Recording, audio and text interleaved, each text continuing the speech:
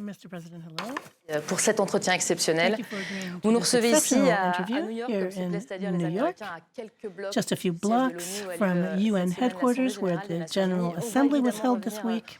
ensemble tous les trois sur We will les be talking grandes about questions that qui agitent and et the bouleversent major le monde questions en ce that moment. are Je serai shaking the accompagnée world de mon today. confrère d'RFI Arnaud Pontus. I'm Bonjour with Arnaud. my colleague from RFI. Hello, Arnaud. Hello. Alors évidemment, on va revenir Elizabeth, hello, Mr. President. So, here, New York is the capital of the world for 1 week as we have the different presidents. You speak to one another, you meet, you carry out negotiations behind the scenes, you make speeches, and of course, we'll be talking about recognition of the state of Palestine by France. But first of all, a question about Donald Trump's latest statement last night. He said Ukraine could win back all of its territory from Russia and maybe even more. Volodymyr Zelensky said very quickly this was a big change, a real turnaround. And what do you think, Mr. President? Are you glad about that? Do you think it's a turnaround? I think this is a clear message from the President of the United States of America. He's saying that Russia is quite clearly weaker and probably more fragile than people thought. A paper tiger, Trump said. So it is interesting to see how his take on the situation is changing. In addition to that, it's an acknowledgement of Ukrainian resistance, their ability to hold on to their territory, and therefore maybe even take some of it back. The Russians have gained 1% of territory since last summer. No, let's just be very clear on this. February 22, the Russians attacked and they reached Kiev. They could have taken over the whole country, especially that was what they wanted with the special operation, which should have taken only 3 weeks. The Ukrainian counterattack took place in summer 22. We helped. The border stabilized in November 22. Since then, since November 22 through to today, 1% of the territory has been taken by Russia. 1% since November 22. That's the reality. Ukrainians consider, and our figures show, 20% of the territory was taken by Russia and 1% since last summer alone. So you've got almost 20% that has been taken if we go right back to the beginning. But what I'm saying is that the stable border in November 2022, since then, only 1% has been taken. So we stabilized the border, Ukrainians resist, we helped them in that resistance effort, and they have been very good in pushing back the Russian army. So now you have the United States of America with President Trump with a clearly new view on the situation. A new approach. So we need to act fast because times are tough. And he has taken stock of the Ukrainian ability, the Ukrainian ability to resist. He's taken stock of our collective response to do even more. And I think it's very important because the United States of America, they are key providers of weapons, offensive and defensive weapons. Without the U.S., clearly. Currently, Europe is putting in the biggest effort, Europe as a whole. But we need U.S. weapons and their support, as it has been the case since day one. So now, Ukrainians are going to be able to take back lost land and push back. So if we look at Russia and their ability to maintain their war efforts, I think we need to be fully clear on that. But the real question we have to ask ourselves is, can we trust him? Can you trust him? Do you trust him? We must all be actively engaged. Since February of this year, 2025, there was a lot of doubt. There was fear that a rapid peace deal would force Ukraine to capitulate. I met in Paris with many of my counterparts, and we put in place the Coalition of the Willing, co-presided over by the United Kingdom and France, with 35 countries, Canada and Australia, and many in between. We put in place a military plan so that once peace has been signed, for after the war, or a ceasefire, but it's important, when talking about a ceasefire or a truce, whenever we're talking about that, we need guarantees for Ukraine, and these are the guarantees that we're going to put in place. We're going to support Ukrainian army to support further pushback attacks. Now, in light of what was said yesterday, we can see a commitment from the United States to be by our side. So you see it as a commitment? Well, we're going to work towards that as a commitment. In addition to that, we see that our collective power is there to put pressure on Russia. So that, again, given what was said yesterday and what we are seeing out in the field, they are there to return to negotiations so that we can reach an agreement. Do you think there's a chance of a quick ceasefire? Is it close at hand? No, I can't say today it's within our reach. We have seen since March that President Zelensky is ready and willing. He said it on numerous times in Jeddah and on many occasions since. But I don't see that availability coming from President Putin. President Putin does not want peace. He still does not want peace. We have no indication today that he wants it, now more than before. Is a meeting between Putin and Zelensky off the table? I don't think we can never draw a line under it. Another such meeting was held, the only of its sort, in Paris, December 2019. It bore fruits, and I certainly think and hope that this time will come again. You said in August that you hoped for such a meeting, but it has not happened. Here we are at the end of September. Well, that doesn't depend just on us, nor on Zelensky. I don't think it's a likely eventuality. I do hope that if we continue to put pressure on, we will be able to get back to discussions.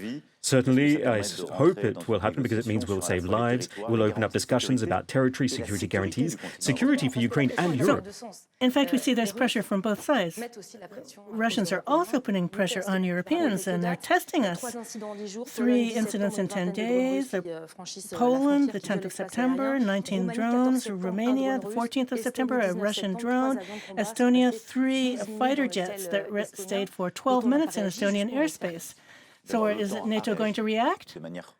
NATO will respond proportionally, and we have done so each time by calling out a situation, by summoning coordination meetings as per our bylaws, but also by ramping up our defensive positioning. France has assisted by providing Rafale fighter jets to become the air police in Poland. Is that enough, Mr. President? Given the provocation, you say it's proportionate? I mean, they are testing our limits, and it's just a test, so we're not going to open fire. The government of Poland has mentioned it. Tusk has said, we are ready to repel provocations and attacks, and will shoot down objects when they violate our territory. Do you support that stance? First, Prime Minister Tusk is right in saying that if there are new violations, then that is what we will do. But in light of that, they are pushing the boundaries. Our response, our collective response, was proportionate. It is perfectly legitimate that those states who are affected by it draw a line in the sand, and this is what we have to do. We have to draw a line in the sand. So yes, the alliance's position is that if there is a new provocation, violation of land or airspace, then the alliance will respond. Will the U.S. support you? The USA are a major part of the treaty, and there is the principle of solidarity by virtue of Article 5. So you have to have a measured response, so to speak, but nonetheless there is a risk of escalation. Well, what is the end game for Russia? What is the ultimate goal? They want to say, well, you want Ukraine and your peace guarantees. I'm just showing you that by testing your boundaries, you should better look at your own protection. The exercises that we have been doing with the Coalition of the Willing is compatible with our defensive position on the east of Europe. And this is what we have seen with NATO. So we need to show that we can protect Ukraine because we have our early positions with our collective defense, and we can protect our airspace. So we have to respond fast, which is what we have done. We need to show that we have the means on the table. France has done so. And if there are new provocations, then we are willing to take things up a notch, because Russia has taken things up a notch. But it's not in their interests.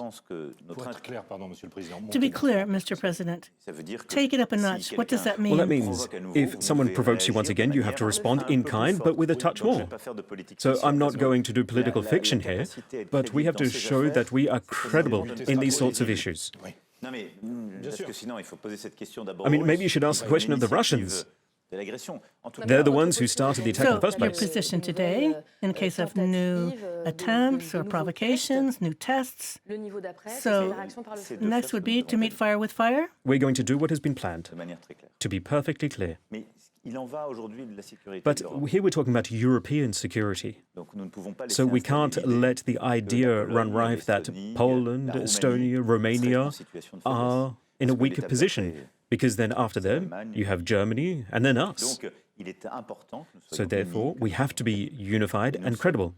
And we are, because we put the means in place to be so. But we also see that the most desirable path forward is one where Russia finally realizes that they are powerful enough to destabilize Europe, but they come back to the negotiation table and we find an agreement with Ukraine so that we can come up with a new security pact for the European continent. This is what we are looking for as a whole. And it's what we've been fighting for since the beginning. France has sought a path to peace. When you're dealing with a foreign power that just wants to destabilize, you need to show your position, you need to show that you can resist, remain credible, so that you don't come off as being weak. And not only in Ukraine, we've also seen with you your speech at the UN. This is one of the major events of the week for you, for France, for Palestine. Can you tell us more about your decision to recognize the Palestinian state, your choice to do so? We know it was a difficult decision, complex, some hesitation. I think you yourself, since 2017, have often changed your position in this regard. This is something that you have thought about a lot. But you know, once again, Palestinians in Gaza have asked me personally, what changed your mind today? First, France's position has remained unchanged. We have always supported a two-state solution. But you never took this big step forward. You're right, but we haven't done an ideological U-turn. Even when others were no longer talking about it, I went and met with President Mahmoud Abbas to reiterate our position. And even in the region, certain players had given up hope on the two-state solution. France has remained constant. No matter our political switches, we've remained constant on that. So why did I choose to take that next step? We didn't prevaricate. We looked at the situation in depth, and we also saw that there was a desire for this to trigger something more useful. That is what I wanted. It's not symbolic recognition. This is a recognition which opens up a process to peace. The decision was informed by a number of things. First, what is our objective? First, we want to have the hostages set free, those who have been taken hostage by Hamas. Total war endangers that. A ceasefire to save lives in Gaza, bring back humanitarian aid. But this is only possible if we can demilitarize and break apart Hamas. If you want to reach those goals, those objectives, you must do it through political means. You need to break the cycle of violence, where all Palestinians are seen as being conflated with the terrorist group Hamas. So that is why, from a strategic point of view, I see recognition as being a way to end the war. Recognition is the only way we can isolate Hamas. The only way. You have the Israeli army on... Not everyone agrees. Israel has said it's a huge prize for Hamas. Well, I'm talking about facts. The Israeli army were able to get the deterrence power back in the region. And since we have seen the 7th of October attacks, the victims of the barbaric terror attacks, the wounded, the hostages, but what we also saw was that Israel lost credibility in the region, but they have brought that back because they've been fighting for their security. By targeting terrorist organizations, they were able to get rid of the heads of the terrorist organization. So you're saying that war has no use today? Well, what I'm trying to say is that, is Hamas now disappearing because of the war? No. As we currently speak, and Israelis see this the same as I do, there are just as many Hamas fighters now as there were before. Despite the fact that thousands of them have been neutralized. So why is it so? It's because total war is calling civilian lives, but it is not bringing about an end to Hamas. And this is why you say Benjamin Netanyahu's plan is destined to fail. I'm just saying that from a factual point of view, this war has been a failure. So for me, recognition brings about a number of things. Again, it's the only way to isolate Hamas. Because of the Franco-Saudi efforts, we have brought in new commitments from the PLA to break Hamas, to demilitarize it. And the much-awaited law reforms from the Palestinian Authority, with new laws that are being passed, a vice president who is elected, change of school curricula, the region is being modernized to bring state to new authorities, which will bring about a two-state solution. In addition to that, you have 142 countries that signed the New York Declaration, a declaration that was signed by all countries from the Arab League, from the OIC. And for the first time, these countries condemned Hamas and supported the demilitarization, demobilization of Hamas. So, yes, indeed, there has been progress. What I'm trying to say is this is the only way to tell the Israelis, you're not alone. When the leader of your government is saying, we're alone, we're the only ones to keep you safe, we can show the contrary. There is a peace process in place. There is a way forward, backed by some 142 countries and all of your neighbors. But concretely, when will the Palestinians feel the effects of this on their lives? I've been talking to people from Gaza who said, what is this going to change in my life? This recognition, I welcome the recognition of France and the French president's work, but how long will it be before I feel the effects of it? There have been dozens of statements of recognition since the beginning of the week, but it has not stopped war. No, because it can't work like that, but you can't stop war if you don't have a path to peace. So that's what we're talking about with recognition. This recognition is a peace and security plan for all. There are three pillars to it. First, a ceasefire and liberation of hostages. Second, Gaza. And third, two-state solution and the overall regional security structure. Once the plan is there on the table, what has actually changed? The conversation we just had about Hamas is exactly what I had yesterday with President Trump and his teams. It's the one I have with all regional countries. I'm saying it is not working. What did Donald Trump say to you yesterday? Well, and now our objective is to do things in the right order. First, we have to stop fighting. So those who can weigh in on Israel, on the Israeli government, the Americans. Yes, the Americans. And I told Trump yesterday, you have a major role to play. You support global peace. You want to see peace in the world. And what was his answer? Well, we'll see what he says in the coming days. Netanyahu will be speaking on Friday. And he said that, yes, there are military operations with colonization back in the West Bank. Nothing of that has to do with Hamas. And that decision is completely unacceptable. So he agrees with that observation. And in addition to that, I said, it's no longer working, fighting against Hamas. The humanitarian tragedy that is unfolding in Gaza calls us to action. We have to put pressure on them. So you're expecting a two-pronged effect of pressure. Israel under pressure from the U.S. Well,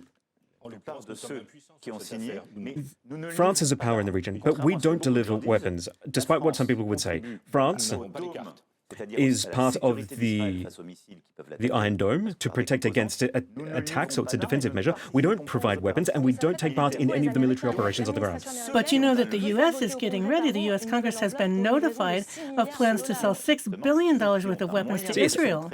Yes, those people who have a way of putting pressure on them. I mean, there are two ways of taking action, and I do both with just as much energy. We have to convince the Israeli on one side, and you have to convince the Americans to put pressure on the Israelis. So if in the coming days things continue as they have been in Gaza, then we in Europe, we have to take on our own responsibility.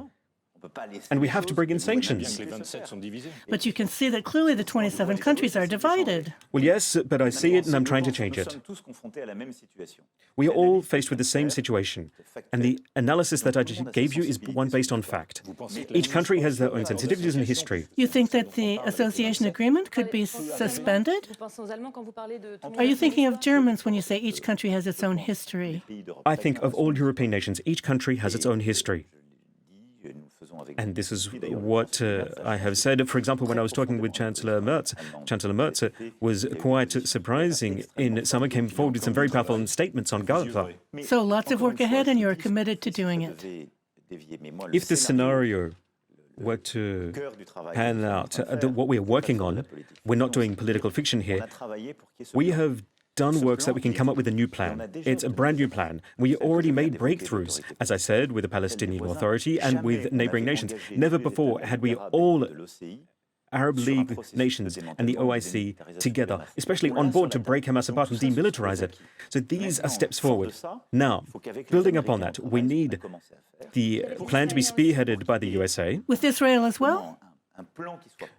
So we need the plan to be spearheaded by the USA, and is often the case in this issue. What we've seen is that there's a convergence of opinions between Europe and the Arab nations. We put forward a proposal, 3-page proposal, which we gave to the United States of America. It is the core of our New York Declaration, and it is the core of a EU-Arab plan. Now, for the United States of America, they need to embrace and engage with it. There was a really important meeting that we held with all regional operators and also with other nations like Indonesia, those people who are very much invested in Palestine and the United States' involvement.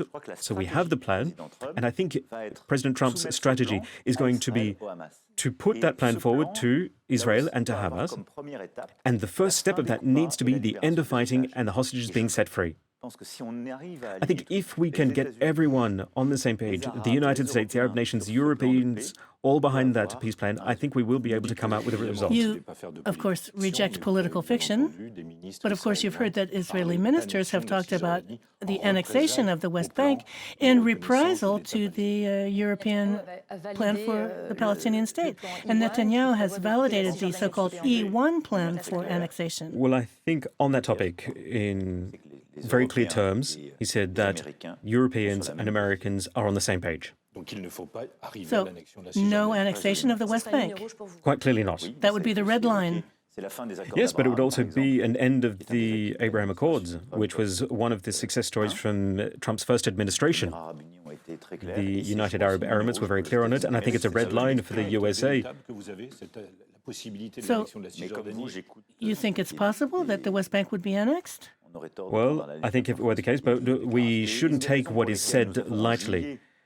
Thinking about what was said back in July, it's why we have to recognize Palestine now, simply because the Knesset put through a resolution back in July. And I think it's quite clear that they don't want to fight against Hamas, because Hamas isn't in the West Bank. Hamas is not in the West Bank. No, they're not. It's them working around a political solution. It comes back to this core idea. If you don't give a group of people a political way out for their own legitimate existence, when the international community recognized that some 78 years ago, well then you're going to push them into a sense of a complete loss of hope, or even worse, violence. Isn't there a risk that the Israeli government could become radicalized?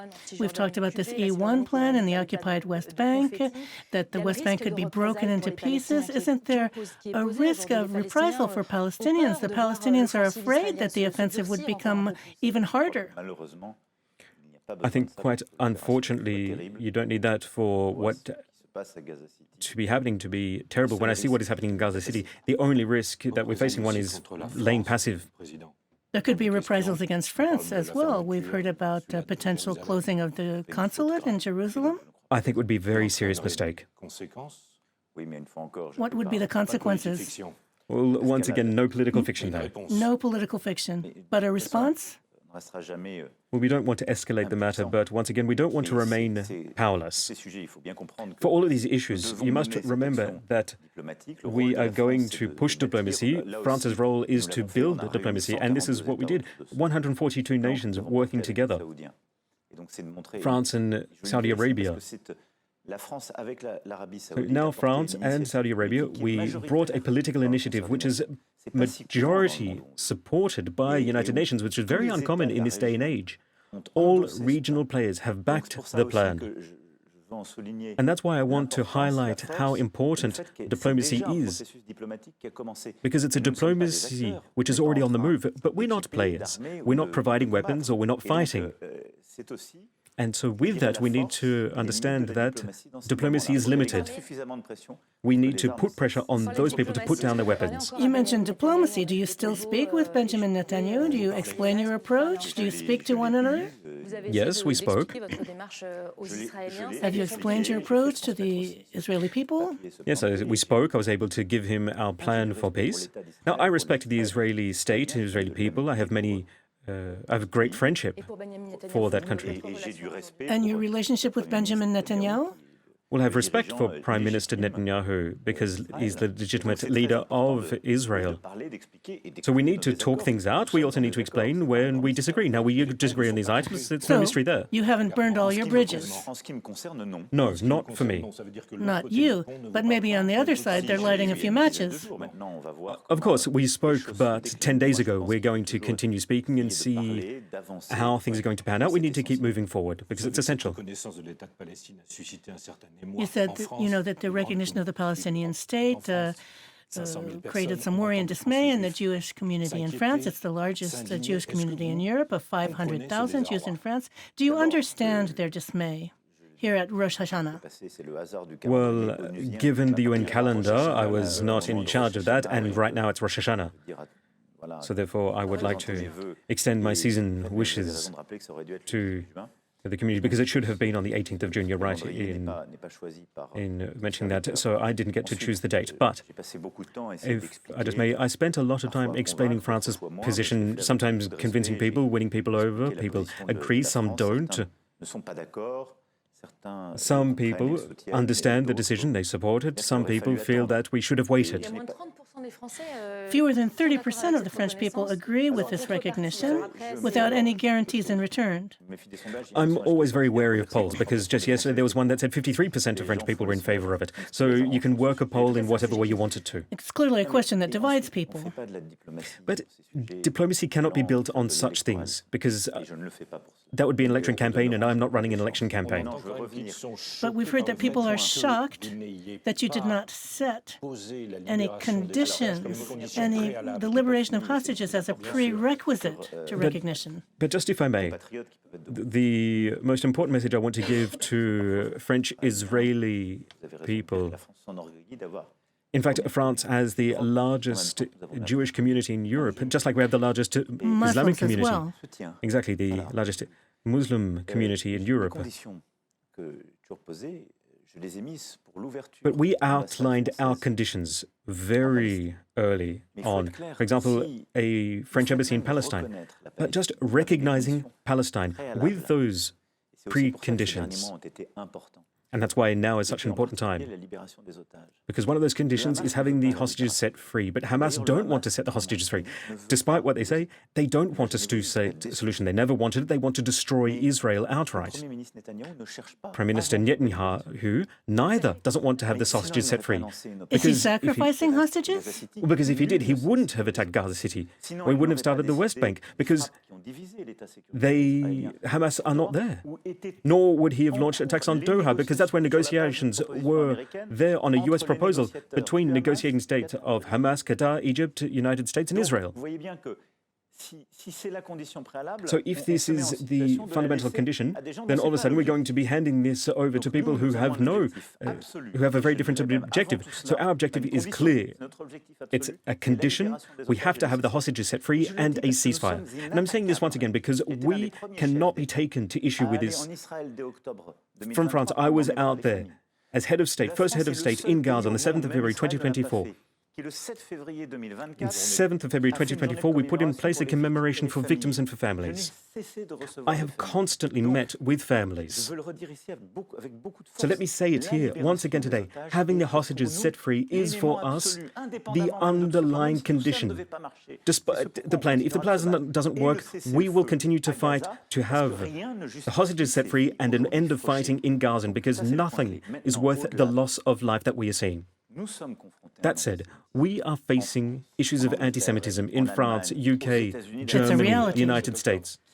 And anti-Semitism spiked after October 7th. And that has been there in place for many years, which is being pushed by some political parties, which is also pushed by Islamic radical tendencies, and it makes it very impossible for some of our citizens to live. I mean, here we're talking about kids who are being taken out of school, families who have to leave their neighborhoods, people being attacked gratuitously in the street, people who cannot wear their kippah, kids who cannot be in schools because they feel that they are unsafe. So faced with that, yes, we all have to take action, because here we're talking about the French Republic. But this has nothing to do with recognition. To say so is falsehood. We never stopped taking action by putting forth peacekeeping forces in front of schools and synagogues, which is what we did right in the early days.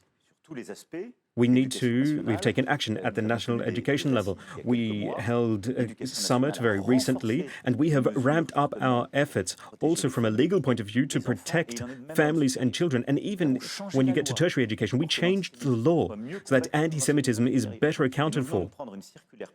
We also brought place a criminal reform so that justice can be served faster in cases of anti-Semitism where it has been identified.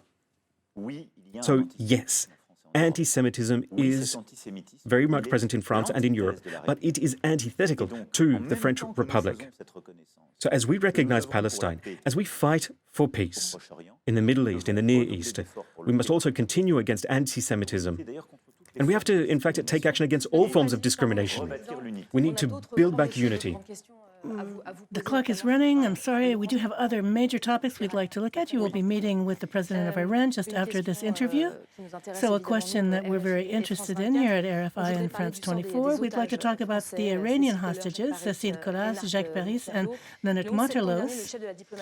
The head of Iranian diplomacy said that they were now in the final phase of negotiating for the release of these hostages. The families are, of course, very concerned. Are you able to reassure them? First, I would just like to extend my support to the families and say that France will never abandon its own children. I, my teams, the Foreign Affairs Ministry are constantly in contact, open communication with the families. There is sustained, unwavering effort, which is the sort of effort which, in the past, has seen French hostages being set free. Will you speak to the Iranian president about this? Of course. This is the first topic I broach with him. Because, for me, that is what we can build trust upon. So we keep them informed very clearly of things which I can't say here publicly. Do you have news of the hostages? So it was actually very hard to get consular visits, especially when the strikes took place. We were very concerned about it, but the hostages had been moved along with other prisoners out of the Evin prison. But I'm also very wary because obviously the less you say things publicly, the more effective you can be, and we want to be very effective so that we can have them set free. I just want to tell the families that we care for them and we are working very hard for them. So yes, we have a clear view forward. We're working to reach that end goal. We understand your caution. And in the coming weeks, we will continue working on it, but I can't be definitive here today because, again, it doesn't depend on us. There are other sensitive topics that will be brought up, in particular sanctions. Again, we've always been very clear on this, but the first thing is we have to have our hostages set free. So there is a lot on the table, but that's not a problem for you. Well, I think everything is known and we aren't going to waver. We've understood that you've been very busy here in New York. We'd like to thank you for speaking with us for over the 30 minutes you agreed to. I would just like to jump in because I would like to talk about the Iranian nuclear situation, especially France is taking action. In order for our audience to understand, it's possible that the sanctions would be activated next Sunday. Well, this is what was outlined by the JCPOA, which is an agreement that has been in place for some 10 years now. France, UK and Germany together have a power to implement further sanctions. This was activated in August. And the process has been set in motion. We're currently finalizing it before it is actually triggered. And we have had very important technical meetings. I met yesterday with the IAEA Director General, Mr. Grossi. I will be meeting with the Iranian president in just a few moments. We also had quite extensive conversations with our US partners on this matter, and our goal is to try and get concrete results. So having the return of inspectors and to give us visibility over Iran to make sure they never get nuclear weapons. If we can get that as an outcome, maybe in the coming hours we will have more confirmation. It's a very narrow window. There's just 4 days before the sanctions kick in. Well, the window is only open for a few hours. So it is possible that the sanctions will not be applied. Only if Iran makes a gesture in the right direction in the coming hours. Otherwise, new sanctions. Thank you, Mr. President, for granting this interview to our two stations, FR24 and FRI, and thank all of our spectators.